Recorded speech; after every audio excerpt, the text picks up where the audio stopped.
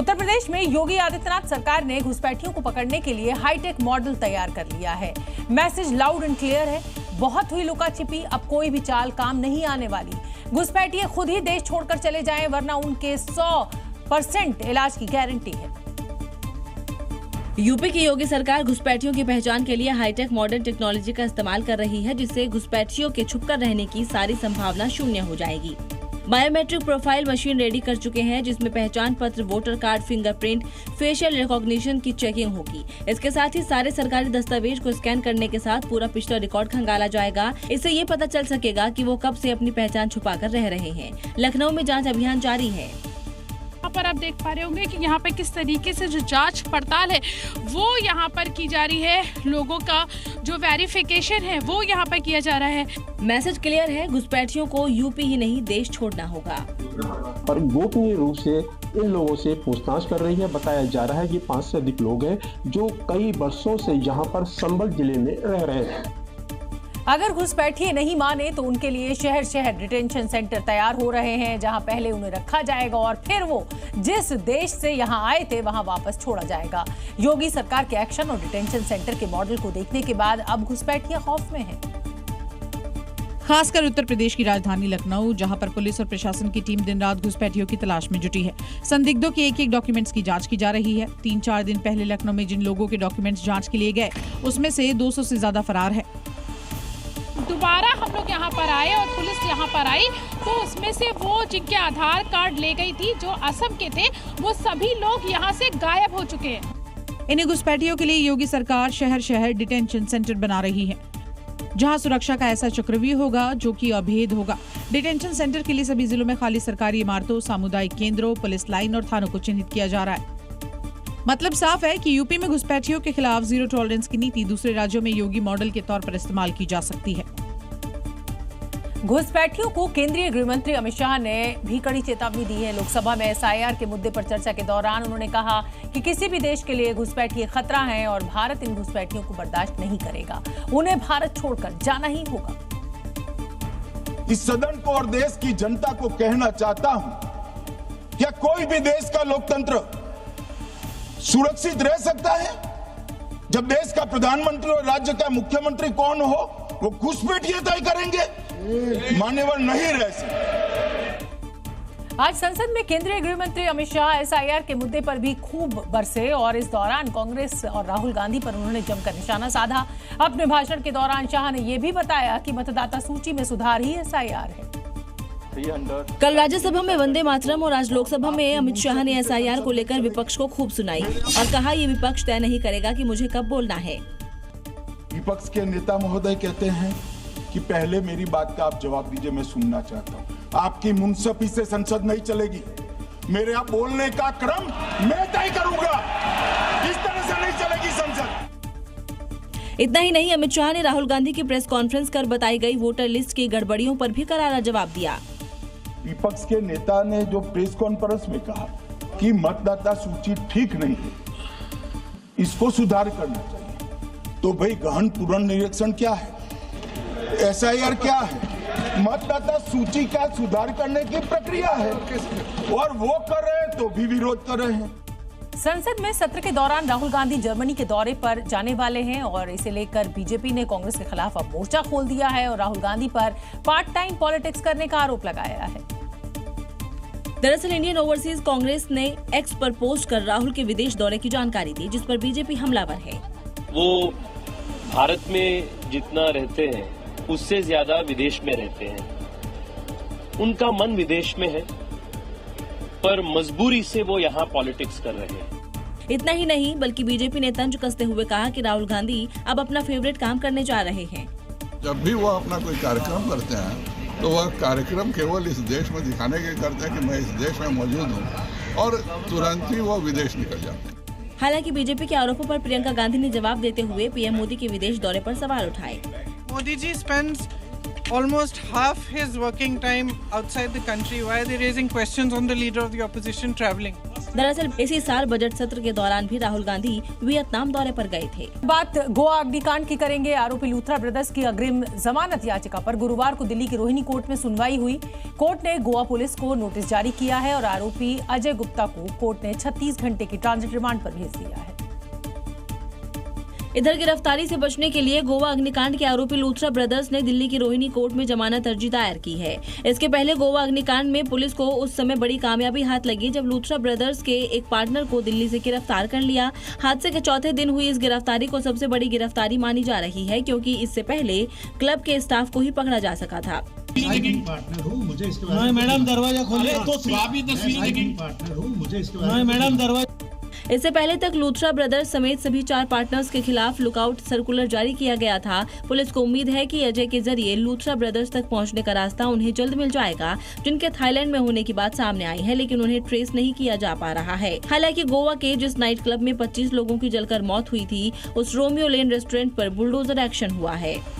हाल ही में गोवा में हुई घटना के बाद नए साल के जश्न से पहले मुंबई और नोएडा में फायर डिपार्टमेंट हाई अलर्ट पर है। दोनों शहरों में पब्स, क्लब्स और मॉल के अंदर फायर सेफ्टी की कड़ी जांच शुरू कर दी गई है। तस्वीरें बताती हैं कि इस बार लापरवाही बर्दाश्त नहीं होगी। मुंबई में बीएमसी ने नए साल की जश्न से पहले तैयारी शुरू कर दी है। होटल्स, नाइट क्लब, पब और भीड़भाड़ वाली जगहों में अग्नि सुरक्षा की जांच चल रही है। Kitchen area, fire extinguisher, fire exit और फायर एनओसी चेक की जा रही है। एक सर्टिफिकेट की जांच की जा रही है। उधर नोएडा में भी फायर विभाग अलर्ट मोड पर है। क्लब और पब में अग्नि सुरक्षा की बारीकी से जांच की जा रही है। जो भी कमी मिल रही है उसे तुरंत ठीक कराने के निर्देश दिए जा रहे हैं। ये सख्ती गोवा में हाल ही में हुए उस दर्दनाक हादसे के बाद बढ़ा दी गई है, जहां एक नाइट क्लब में भीषण आग में 25 लोगों की मौत हो गई। लेकिन बड़ा सवाल ये कि क्या पब और क्लब खुद भी उतने ही जिम्मेदार होंगे जितना प्रशासन उनसे उम्मीद कर रहा है। मध्य प्रदेश के भोपाल में आज उस समय हंगामा खड़ा हो गया जब यहां कुछ लोगों ने जगदीशपुर को इस्लाम नगर लिखा। और इतना ही नहीं, जब जगदीशपुर लिखा तो माइलस्टोन टूटा मिला, हिंदू संगठन भड़क गए और जेसीबी लेकर सड़क पर लगा साइन बोर्ड गिरा दिया गया और जमकर प्रदर्शन भी हुआ। भोपाल में किसी के हाथ में ब्रश है तो किसी के हाथ में हथौड़ा है। और ये हथौड़ा क्यों है? क्योंकि ये देखिए, इस्लाम पर जहाँ जहाँ इस्लाम लिखा हुआ है, इस्लाम नगर लिखा हुआ है, वहाँ पर हथौड़ा मारते नजर आ रहे हैं। और इस गुस्से की वजह है इस जगह का नाम। लेकिन 2022 में इसका नाम बदलकर जगदीशपुर कर दिया गया। लेकिन 3 साल बाद भी यहाँ से इस्लाम नगर के बोर्ड नहीं हटे थे, जिससे हिंदू संगठन गुस्से में है। हमें ये नाम पसंद नहीं है। जब नाम बदला गया तो नाम जगदीशपुर होना चाहिए। हथौड़ा मारोगे? बिल्कुल मारेंगे। तो वहीं हिंदू संगठनों ने प्रशासन की कार्यशैली पर भी सवाल उठाए हैं। 3 साल पहले पूर्व मुख्यमंत्री शिवराज सिंह चौहान ने नोटिफिकेशन जारी करके घोषणा करी थी कि इस्लाम नगर का नाम जगदीशपुर कर दिया, पर शासन में बैठे अधिकारी उनके कान में जूं नहीं रहेंगी। तो वहीं हिंदू संगठन माइलस्टोन तोड़ने वालों पर भी सख्त कार्रवाई की मांग कर रहे हैं। आपने फिल्मों में गवाहों की हत्या वाली कहानियां तो खूब सुनी होंगी, देखी होंगी, लेकिन पश्चिम बंगाल में ये असल में सामने आया है। दरअसल संदेशखाली में गवाह की मौत हो गई और सुर्खियों में है आरोपी शाहजहां शेख। क्योंकि जिन लोगों की मौत हुई है वो आरोपी शाहजहां के एक केस में ही ये गवाह थे और बशीर हाट कोर्ट की तरफ गवाही देने जा रहे थे कि तभी एक ट्रक ने टक्कर मार दी, जिससे गवाह समेत 2 लोगों की मौत हो गई। अजीब बात यह है कि जिस ट्रक ने टक्कर मारी वो उल्टी दिशा से आ रहा था। ऐसे में जांच एजेंसियों को शक है कि कहीं ये साजिश तो नहीं। वहीं घटना के बाद से ही परिवार वालों का रो रो कर बुरा हाल हो गया है। परिवार वालों का आरोप है कि शाहजहां शेख जेल के अंदर से ही प्लानिंग के जरिए उनके बेटे को मौत के घाट उतार दिया और प्रशासन कुछ नहीं कर पाया। वहीं इस मामले में बीजेपी ने ममता सरकार पर निशाना साधा। लॉ एंड ऑर्डर ऐसा चल रहा है कि शेख शाहजहां जेल के अंदर बैठे हुए भी अपना साम्राज्य चला रहे हैं बाहर। बता दें कि ये मामला 2022 का है, जो मछली व्यापार को लेकर करीब 20 लाख के लेन देन से जुड़ा हुआ है। ग्रेटर नोएडा के अच्छेजा गांव में प्राधिकरण की टीम 5-5 बुलडोजर लेकर पहुंची तो ग्रामीण और किसान सड़क पर ही बैठ गए। नारेबाजी और विरोध के चलते पुलिस की तैनाती करनी पड़ी। यहाँ टीम 1 या 2 नहीं 5-5 बुलडोजर के साथ पहुंची। जैसे ही बुलडोजर आगे बढ़ा, गांव में हड़कंप मच गया।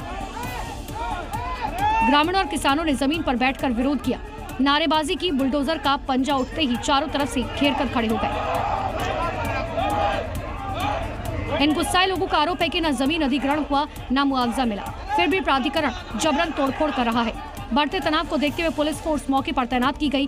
कई घंटे तक विरोध, बहस और अफरा तफरी का माहौल रहा। ग्रामीणों का कहना है कि बिना कानूनी प्रक्रिया और मुआवजे के किसी भी ढांचे को गिराने नहीं देंगे।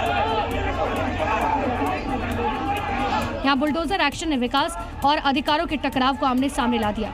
एक तरफ प्राधिकरण नियमों की बात कर रहा है तो वहीं ग्रामीण न्याय की। दिल्ली में एक बार फिर स्कूलों को बम से उड़ाने की धमकी ने हड़कंप मचा दिया। कई स्कूल्स को कॉल और ईमेल्स के जरिए धमकी भेजी गई। बच्चों को तुरंत घर भेज दिया गया और पुलिस फायर ब्रिगेड की टीम के साथ तलाशी में जुट गई।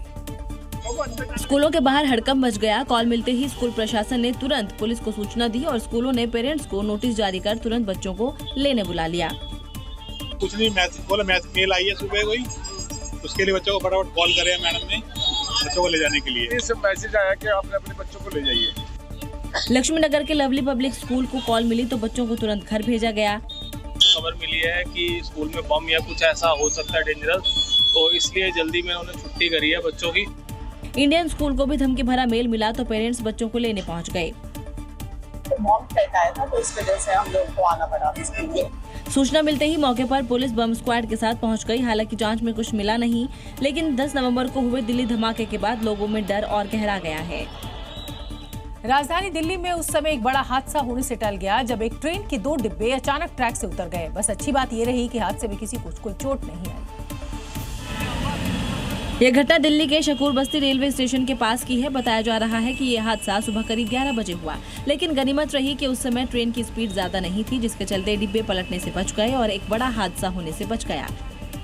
जानकारी के मुताबिक ट्रेन जब शकूर बस्ती स्टेशन से निकल रही थी तभी ये हादसा हुआ और ट्रेन के 2 डिब्बे अचानक रेलवे ट्रैक से खिसक गए। वहीं इस रेल डिग्रेडेशन के कारण रेल सेवाएं प्रभावित रहेंगी, जिसके चलते कई ट्रेनों को रद्द किया गया, जिसका सीधा असर हजारों रेलवे यात्रियों पर पड़ा। दिल्ली के आसिफ अली रोड में आज उस समय हड़कंप मच गया जब यहां मौजूद एक इमारत में आग लग गई। आग इमारत की पहली मंजिल पर लगी और इसके बाद यहां चीख पुकार मच गई और तुरंत ही दमकल विभाग की टीम को सूचना दी गई और 40 मिनट तक आग पर काबू पाने की जद्दोजहद जारी रही। अच्छी खबर ये रही कि घटना में किसी के घायल होने या हताहत होने की सूचना नहीं है। आग लगने के कारणों का भी पता नहीं चल पाया है, जिसकी जांच की जा रही है। आग इतनी भयंकर थी कि इसकी लपटें दूर तक दिखी, तो वहीं धुएं की वजह से आसपास के इलाके को भी खाली करवाया गया। समय पर मिली सूचना और दमकल कर्मियों की तुरंत कार्रवाई के चलते आग को फैलने से रोक लिया गया, जिससे एक बहुत बड़ा हादसा टल गया। गुजरात के सूरत में एक टेक्सटाइल मार्केट में भीषण आग लग गई और आग के कारण पूरे इलाके में अफरा तफरी फैल गई। आग की लपटें इतनी भयानक थी कि कई किलोमीटर दूर से ही धुएं का गुबार नजर आ रहा था। आग की ऊंची ऊंची लपटें दूर से ही दिखाई दे रही है। आग इतनी भयंकर थी कि पहली मंजिल से शुरू होकर धीरे धीरे पूरी इमारत को अपनी जद में ले लिया। बिल्डिंग से उठते हुए धुएं ने तो कई किलोमीटर तक के लोगों को दहशत में डाल दिया। राज टेक्सटाइल मार्केट में लगी आग को बुझाने के लिए दमकल कर्मियों की 20 टीम जुटी गई। आग इतनी भयंकर थी कि फायर ब्रिगेड ने हाइड्रोलिक एस्केलेटर के जरिए ऊपरी मंजिल पर पहुंचकर पानी की बरसात की। कई घंटों की कड़ी मशक्कत के बाद आग पर पूरी तरह काबू पाया गया। पूरी तरह से आग काबू में है और जो टॉप फ्लोर पे मालिया है उसमें कूलिंग की कामगिरी भी चालू है। इस आग की चपेट में कई दुकानें आ गई और करोड़ों का सामान जलकर खाक हो गया है। यूपी में ना तो अपराध की कोई जगह है और ना ही अपराधियों की। इसका प्रमाण मुख्यमंत्री योगी आदित्यनाथ और उनकी पुलिस समय समय पर देती रहती है। यही कारण है कि पिछले 24 घंटे में 10 शहरों में अपराधियों को उनकी सही जगह पर पहुंचा दिया गया है। ये तस्वीरें गवाह है, सुधर जाओ, अपराध छोड़ दो, वरना अंजाम यही होगा। योगी फोर्स के ताबड़तोड़ एक्शन से प्रदेश में अपराधी और हिस्ट्री शीटर थर-थर कांप रहे हैं। 10 शहरों में हुई पुलिस की इस कार्रवाई में 19 अपराधी गिरफ्तार हुए हैं और एक बड़ा हिस्ट्री शीटर ढेर हो गया है। पुलिस के इस एक्शन में सबसे बड़ी सफलता रही है शामली का एनकाउंटर, जिसमें 50,000 के इनामी बदमाश को गिरफ्तार किया गया। हिस्ट्री शीटर समईदीन उर्फ सामा करीब 1.5 महीने पहले हुई मुठभेड़ के दौरान भाग गया था। अब गुंडा और माफिया भाग रहा है, पुलिस उसको दौड़ा रही है और अगर उसने कहीं कोई दुस्साहस किया तो फिर वहीं पे राम नाम सत्य है। मतलब साफ है कि अगर उत्तर प्रदेश में रहना है तो तन, मन और कर्म दोनों साफ रखने होंगे, नहीं तो अंजाम और योगी फोर्स का जो काम है वो तय है। बड़ी खबर आपको बता दें, वर्दी को शर्मसार करने वाला मामला यहाँ सामने आया है। कानपुर का थप्पड़बाज दरोगा, इस दरोगा ने युवक को थप्पड़ मारा है और गाड़ी चेकिंग के दौरान ये थप्पड़ मारा है। युवक बना रहा था दरोगा का वीडियो, मोबाइल नहीं देने पर इस दरोगा ने थप्पड़ जड़ दिया। तो देखिए वर्दी का रौब किस तरीके से दिखाया जा रहा है। मोबाइल फोन मांगा गया इस लड़के से और उसके बाद जब इसने नहीं दिया तो उसको थप्पड़ जड़ दिया।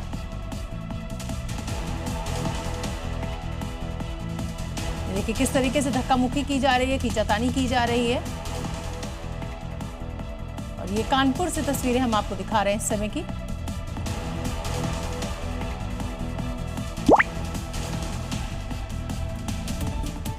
महिलाओं पर अभद्र टिप्पणी मामले में कथावाचक अनिरुद्धाचार्य की मुश्किलें अब बढ़ गई हैं। कोर्ट ने उनके खिलाफ एफआईआर दर्ज कर ली है और अब 1 जनवरी 2026 को अगली सुनवाई होगी।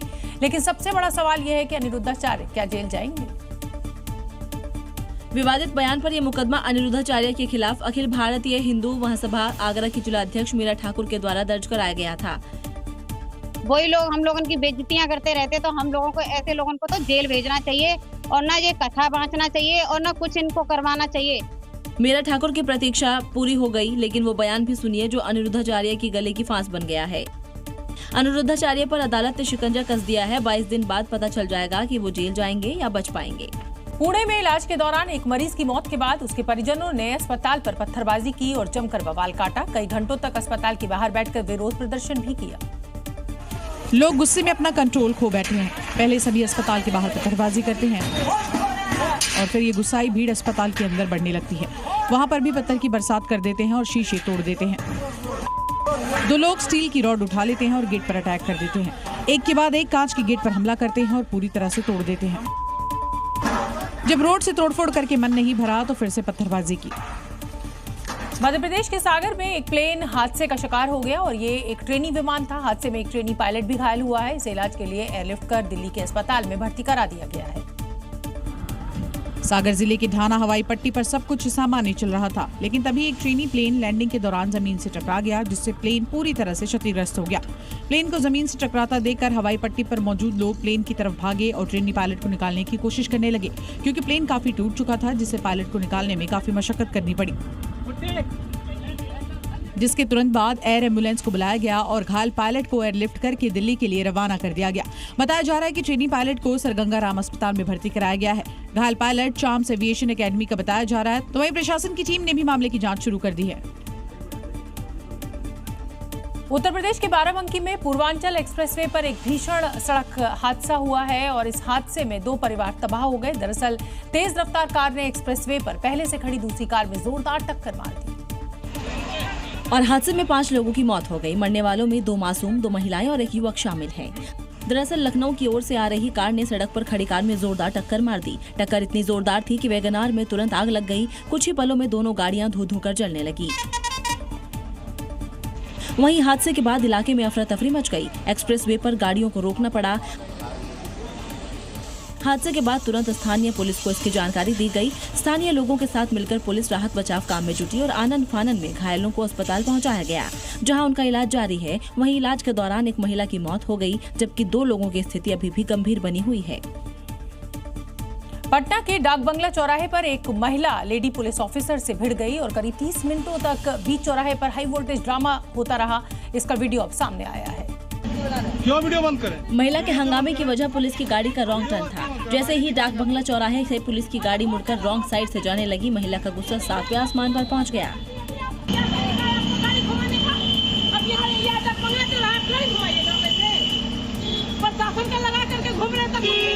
ये क्या तरीका है? अगर हम लोग अभी करते हैं तो क्या करते हैं आप? जिस पुलिस की गाड़ी को लेकर चौराहे पर हंगामा हो रहा था, उसमें एक महिला सब इंस्पेक्टर बैठी हुई थी, जिसकी वो महिला जमकर क्लास लेने लगी। वीडियो हम आईडी दिखाएंगे आपको। अगर हो जाता तो आप क्या करती? क्या करती हैं? अब क्या करती हैं? अभी आप प्रशासन का गाड़ी लगा करके आप इस तरीके से चलाइएगा। अगर हो जाता तो अभी क्या बोलता कि लड़की गाड़ी चला रही है। काफी देर तक दोनों के बीच हॉट टॉक हुआ। फिर महिला को थाने लाया गया, जहां दोनों पक्षों की बात सुनकर मामला शांत कराया। प्रयागराज के पीडीए ऑफिस में कर्मचारियों ने एंटी करप्शन टीम पर हमला बोल दिया और दरअसल पीडीए कर्मचारी को घूस लेते हुए रंगे हाथों पकड़ा गया था और जैसे ही टीम उसे वहां से ले जाने लगी तो हंगामा मच गया। और जैसे ही एंटी करप्शन टीम उसे लेकर अपने साथ लिफ्ट में पहुंची, वहां मौजूद पीडीए कर्मचारियों ने हंगामा शुरू कर दिया और घूसखोर कर्मचारी को लिफ्ट से बाहर निकालने लगे। लिफ्ट के अंदर एंटी करप्शन टीम आरोपी के साथ मौजूद थी और बाहर कर्मचारियों ने हंगामा मचा रखा था। कर्मचारियों ने लिफ्ट रोक दी और बवाल करने लगे। इस बीच वहां कई और कर्मचारी भी पहुंच गए और आरोपी को बाहर निकालने की कोशिश करने लगे। इस दौरान जब एंटी करप्शन टीम के एक अधिकारी ने रोकने की कोशिश की तो उसके साथ मारपीट की गई, उसे जबरदस्ती खींचकर बाहर निकाला। दरअसल पीडीए कर्मचारी अजय कुमार ने रजिस्ट्री पेपर वर्क आगे बढ़ाने के नाम पर 8,000 रुपए मांगे थे। इस पर पीड़ित ने एंटी करप्शन ब्यूरो में शिकायत दर्ज करवाई। आरोपी को पीडीए ऑफिस में रंगे हाथों पकड़ा गया, जिसके बाद ये पूरा बवाल शुरू हुआ। वीडियो के आधार पर बाकी कर्मचारियों पर कार्रवाई करने की तैयारी हो रही है। पाकिस्तान में मुनीर का ऑर्डर इतना सख्त है कि पाकिस्तानी सेना कोर्ट के आदेश को भी कुचल रही है। अदियाला जेल में बंद इमरान खान से उनकी बहनों को नहीं मिलने दिया जा रहा।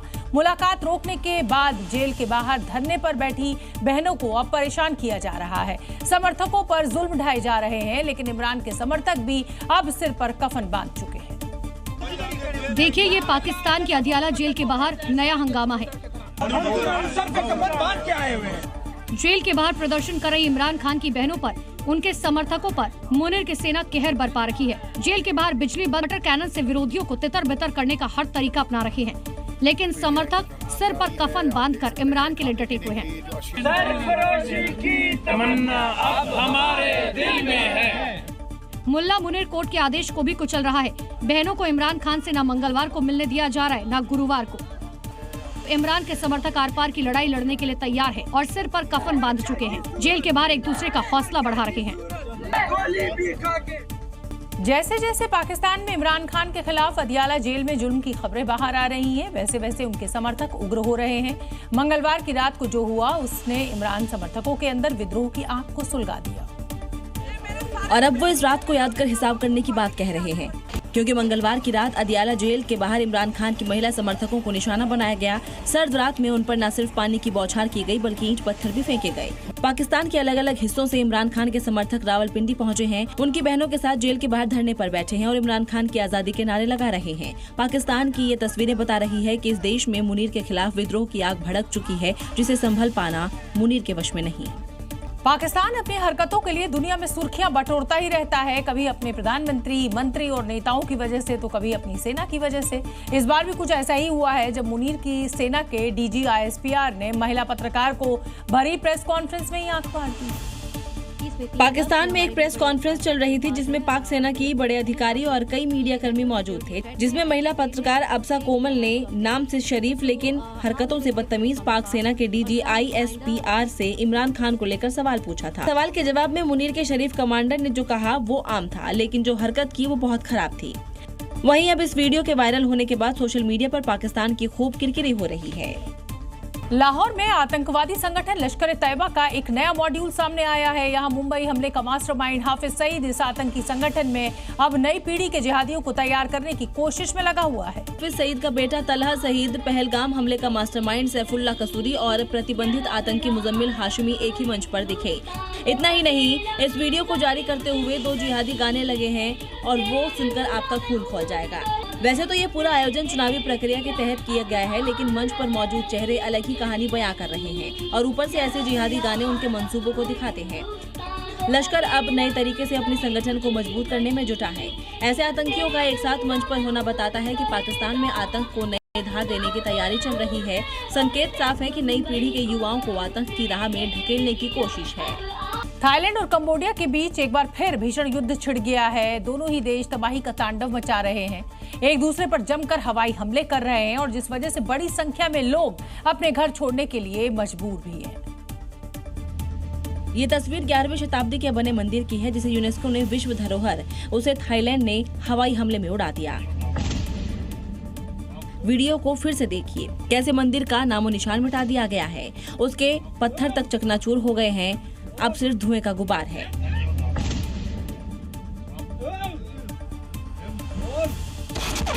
हमले दोनों तरफ से बेहद ही खतरनाक तरीके से हो रहे हैं। वीडियो को थाईलैंड की सेना ने जारी किया है, जिसमें दिख रहा है कि कंबोडिया की सीमा से लगे इलाके में बने घरों की छतें उड़ चुकी हैं।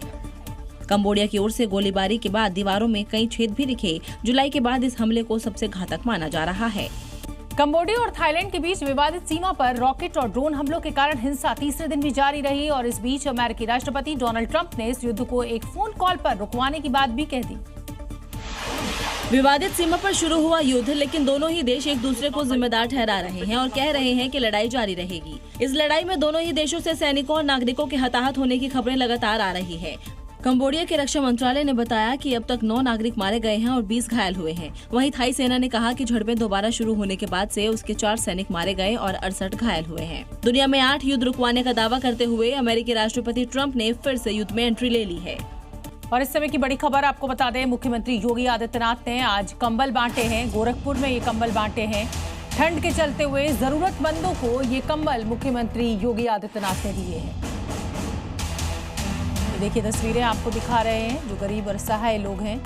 ठंड का मौसम है और कंबल बांटते हुए मुख्यमंत्री योगी आदित्यनाथ आपको दिखाई दे रहे हैं। जरूरतमंदों को ये कंबल बांटे गए हैं मुख्यमंत्री के द्वारा।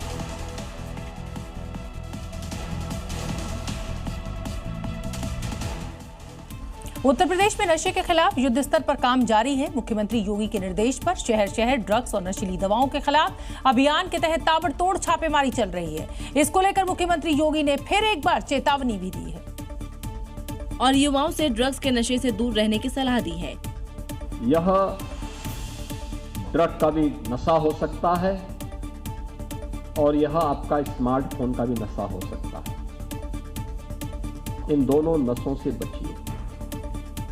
जितना बच पाएंगे उतना ही आप अपने आप को भी बचा पाएंगे। जहां एक तरफ योगी युवाओं से अपील कर रहे हैं तो दूसरी ओर नशा माफिया के खिलाफ भी एक्शन जारी है। कफ सिरफ गैंग के मास्टरमाइंड शुभम जायसवाल की लखनऊ, वाराणसी और सोनभद्र की संपत्तियां और बैंक खाते चिन्हित करने का काम जारी है। वहीं वाराणसी में भी नशीले कफ सिरफ की 30,000 शीशियां जब्त की गई है। बाजार में इसकी कीमत करीब 60 लाख बताई जा रही है। वहीं श्रावस्ती में भी नशीली दवाओं पर एक्शन के दौरान 2 लोगों को गिरफ्तार किया गया है। अब बात हुमायूं कबीर के उस एजेंडे की करेंगे जिस पर वो लगातार आगे बढ़ रहा है और इसके लिए उन्होंने माध्यम बनाया है बाबरी मस्जिद को।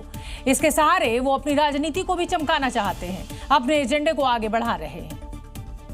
जी हाँ, आपने सही सुना। हुमायूं कबीर बंगाल विधानसभा चुनाव से पहले गड़े बाबरी मस्जिद के मुद्दे को उखाड़कर बहुत कुछ हासिल करना चाह रहे हैं।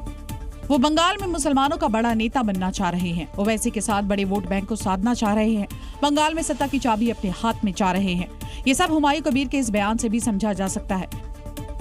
चीफ मिनिस्टर कोई बनने जाएगी, उनको तख्त में बैठने जाएगी तो हुमायूं कबीर को साथ लेना चाहिए, न सपोर्ट ले ही नहीं चाहिए। यही होना जा रहा है। अपने एजेंडे को धरातल पर उतारने के लिए हुमायूं कबीर मुर्शिदाबाद में बाबरी मस्जिद की नींव रख चुके हैं। देश विदेश के मुसलमानों से चंदा ले रहे हैं। बाबरी के नाम मिले समर्थन के बाद वो अब कुरान का पाठ कराने का प्लान कर रहे हैं। 1 लाख लोगों को नहीं वो कुरान पाठ कराएगी। हुमायूं कबीर के इन बयानों से साफ है कि बाबरी के बहाने बंगाल में बहुत कुछ हासिल करना चाह रहे हैं और इनके लिए नई बाबरी बनाने, कुरान का पाठ कराने और ओवैसी से हाथ मिलाने से भी पीछे नहीं हट रहे। अगली खबर दिल्ली एनसीआर से। दिल्ली एनसीआर की तरफ से पाकिस्तान से आने वाली मिसाइल्स का मुंहतोड़ जवाब मिलेगा, क्योंकि दिल्ली की सुरक्षा के लिए एक मल्टीलेयर कवच तैयार किया जा रहा है जो देश के दिल की फुल प्रूफ सुरक्षा करेगा। हम आपको बता दें कि एयर डिफेंस सिस्टम एकदम स्वदेशी होगा। ड्रोन और फाइटर जेट हमले जैसे खतरों को देखते हुए डीआरडीओ ने एक नया integrated air defence weapon system बनाया, यानी IADWS बनाया जा रहा है, जो पूरी तरह से भारत में बने हथियारों से लैस होगा। इसके साथ कई तरह के सेंसर, रडार और एक आधुनिक कंट्रोल सिस्टम जोड़े जाएंगे। ये पूरा सिस्टम भारतीय वायुसेना ऑपरेट करेगी। IADWS का 23 अगस्त को सफल परीक्षण भी हो चुका है। IADWS एक मल्टीलेयर एयर डिफेंस सिस्टम है। इसे सुदर्शन चक्र मिशन का एक हिस्सा माना जा रहा है। ये स्वार्म ड्रोन अटैक के खिलाफ रक्षा कवच बनेगा और ये अमेरिका के महंगे NASAMS सेकंड की जगह लेगा। NASAMS सेकंड व्हाइट हाउस की रक्षा करता है। वहीं ऐसा बताया जा रहा है कि डीआरडीओ ने पिछले 5 सालों में 2,64,000 करोड़ रुपए से ज्यादा की बचत की है। आज देश एक साल में दूसरी बार दीपावली मना रहा है। दिल्ली की सभी बड़ी इमारतों को सजाया गया है। चांदनी चौक हो, इंडिया गेट हो, हर जगह दीपोत्सव का नजारा है। लाल किला आकर्षक लाइटिंग से जगमग है। क्योंकि आज त्रेता की प्रभु श्री राम वाली दिवाली कलयुग की अमूर्त सांस्कृतिक धरोहर बन गई है।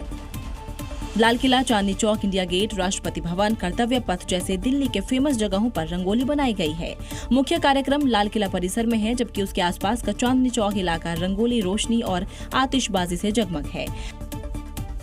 अब आपके जहन में सवाल उठ रहा होगा कि दिल्ली में दिवाली आज क्यों मनाने की तैयारी हो रही है, तो जवाब है यूनेस्को की इंटर गवर्नमेंटल कमेटी की अहम बैठक 8 से 13 दिसंबर तक दिल्ली के लाल किले में आयोजित हो रही है।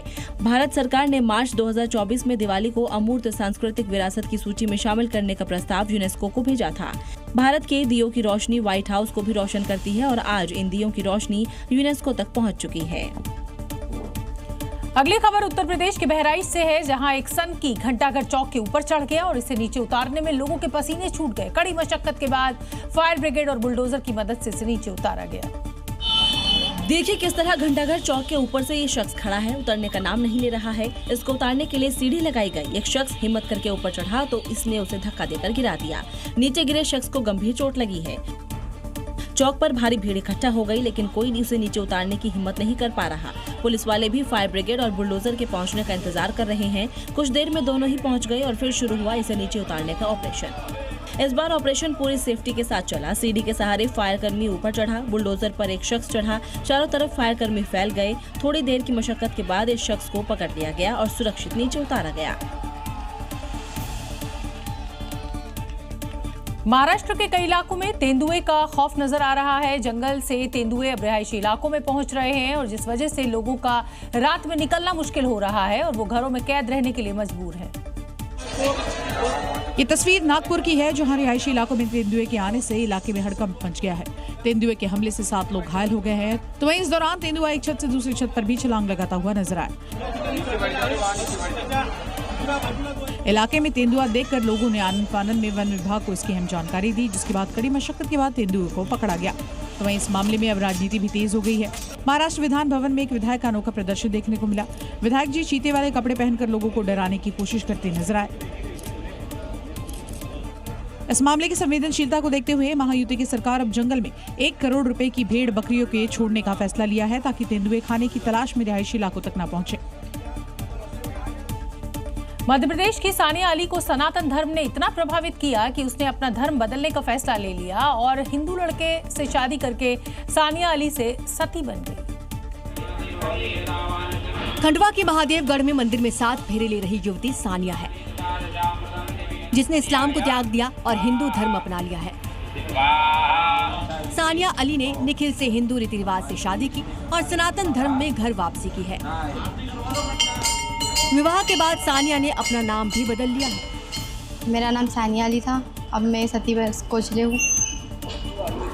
मैंने 3 महीने मथुरा जाके सनातन धर्म को समझा। मेरे को सनातन धर्म से बचपन से लगाव था। मैंने समझा, फिर मैं कल ही आई हूँ, फिर मैंने इनसे बुलवा के शादी की है।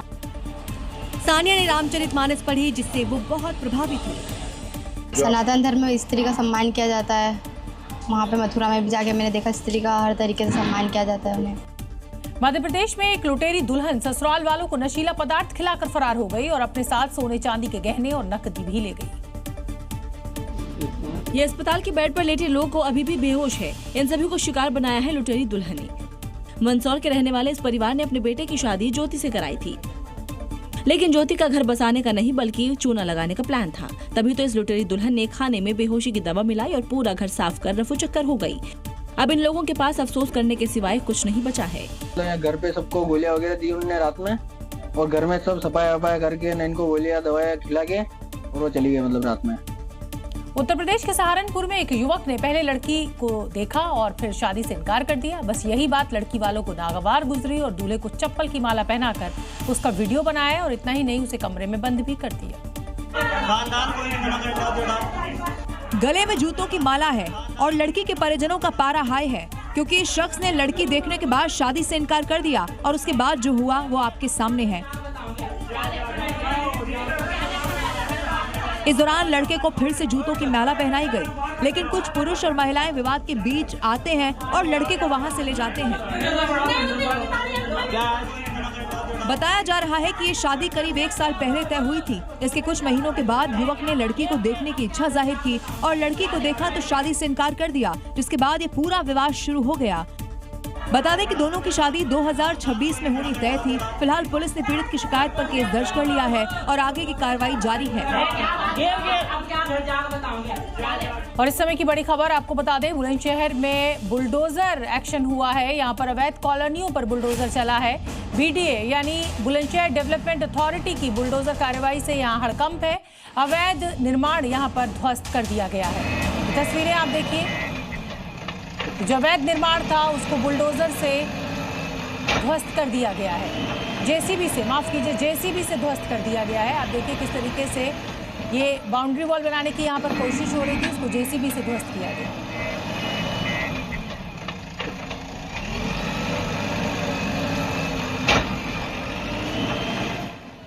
अगली खबर महाराष्ट्र के भंडारा से। यहां एक ट्रक ने पुलिस गाड़ी को पीछे से जोरदार टक्कर मार दी। इस दुर्घटना में 3 पुलिसकर्मी गंभीर रूप से घायल हो गए और उन्हें बेहतर इलाज के लिए अब अस्पताल में भर्ती करा दिया गया है। और अब देखिए, सड़क पर एक तरफ भारी भरकम ट्रक गुजर रहा है, दूसरी तरफ पुलिस की गाड़ी। सड़क पर लगे स्पीड ब्रेकर के कारण पुलिस गाड़ी की रफ्तार धीमी हो जाती है। तभी पीछे से आ रही तेज रफ्तार ट्रक पुलिस की गाड़ी से टकराता है। टक्कर के बाद पुलिस की गाड़ी सड़क पर पलट जाती है। गाड़ी के चारों पहिए ऊपर हो जाते हैं और इसमें सवार 3 पुलिसकर्मी गंभीर रूप से घायल हो जाते हैं। इस गाड़ी में छत्तीसगढ़ के डोंगरगढ़ पुलिस के जवान सवार थे, जो किसी मामले की जांच के लिए नागपुर जा रहे थे। महाराष्ट्र पुलिस ने मामला दर्ज कर लिया है। सीसीटीवी फुटेज के आधार पर आरोपी ट्रक ड्राइवर की तलाश की जा रही है। सड़क पर दुर्घटना जरूरी नहीं है कि आपकी गलती से ही हो, कई बार दूसरों की गलती भारी पड़ती है, जैसे इस मामले में देखने को मिला। राज्य या शहर कोई भी हो, अगर यातायात नियम तोड़ा है तो फिर चालान कटेगा। ऐसा ही कुछ हुआ मध्य प्रदेश के शिवपुरी में, जहां स्टंट कर रील बनाई गई और अपने अकाउंट पर पोस्ट भी की, जो वायरल हुई। और जैसे ही वो रील पुलिस ने देखी तो फिर चालान काट दिया गया। वायरल हो रहा वीडियो शिवपुरी शहर के पोलो ग्राउंड का है, जिसमें युवक अपनी कार से स्टंट कर रहा है। वो गाड़ी को तेज रफ्तार में चलाकर हैंड ब्रेक लगाता है और स्टीयरिंग मोड़ देता है, जिससे गाड़ी घूम जाती है और चलती गाड़ी से उतर जाता है और फिर चलने लगता है। ये वीडियो युवक ने अपने सोशल मीडिया अकाउंट पर पोस्ट किया, जो वायरल हुआ और ऐसा वायरल हुआ कि पुलिस के पास पहुंच गया। फिर क्या था, गाड़ी नंबर ट्रेस किया। युवक पहचान प्रदीप रावत के तौर पर हुई और थाने बुलाकर मोटर व्हीकल एक्ट के तहत 6000 रुपए का चालान कर दिया गया। और पुलिस ने प्रदीप को चेतावनी भी दी, अगर भविष्य में ऐसी हरकत की तो आगे भी इससे ज्यादा बड़ी कार्रवाई होगी। उत्तर प्रदेश के कुशीनगर में युवक 120 फीट ऊंचे टावर पर चढ़ गया और ये युवक पत्नी की विदाई न होने को लेकर घंटों हाई वोल्टेज ड्रामा करता रहा। घटना से पूरे इलाके में हड़कंप मच गया और टावर के नीचे भारी भीड़ भी जमा हो गई। ये शख्स इस ऊंचे टावर पर चढ़ गया। देखते ही देखते नीचे लोगों की भीड़ जमा हो गई। लोग शख्स को नीचे उतारने के लिए कहते रहे। सूचना मिलने पर पुलिस भी मौके पर पहुंच गई। भीड़ बढ़ती गई और युवक काफी देर तक टावर पर बैठा रहा। उसका आरोप ये है कि वो धोबी समुदाय का है और उसकी पत्नी गोंड समुदाय की है। पत्नी की विदाई को लड़की पक्ष ने जातिगत विवाद बताकर रोक दिया। घंटों बाद ड्रामा खत्म हुआ। पुलिस की समझाइश के बाद युवक नीचे उतर आया और पुलिस उसे अपने साथ ले गई। छत्तीसगढ़ में भालुओं का आतंक इस कदर है कि सुबह हो या फिर रात, भालू आपको रिहायशी इलाकों में घुसते दिखेंगे। लोगों ने डर के मारे अब अपने घरों से निकलना भी बंद कर दिया है। रात के अंधेरे में 1-2 नहीं बल्कि 3 भालू कार के पीछे से धीरे धीरे गली में एंट्री लेते हैं, एक दूसरे को फॉलो करते हुए आगे बढ़ते हैं। ये वीडियो घर के बाहर सीसीटीवी में कैद हो गया। तो वहीं दूसरी तरफ दिन के उजाले में भी भालू तांडव मचाता दिखा। सड़क पर इधर उधर भागता दिखा। पहले सड़क एक तरफ मुड़ा, फिर दूसरी तरफ को भाग गया और लोग पीछे चिल्लाते रहे। ये थी खबरें 7 बजे की। कल फिर होगी बात पते की। नमस्कार।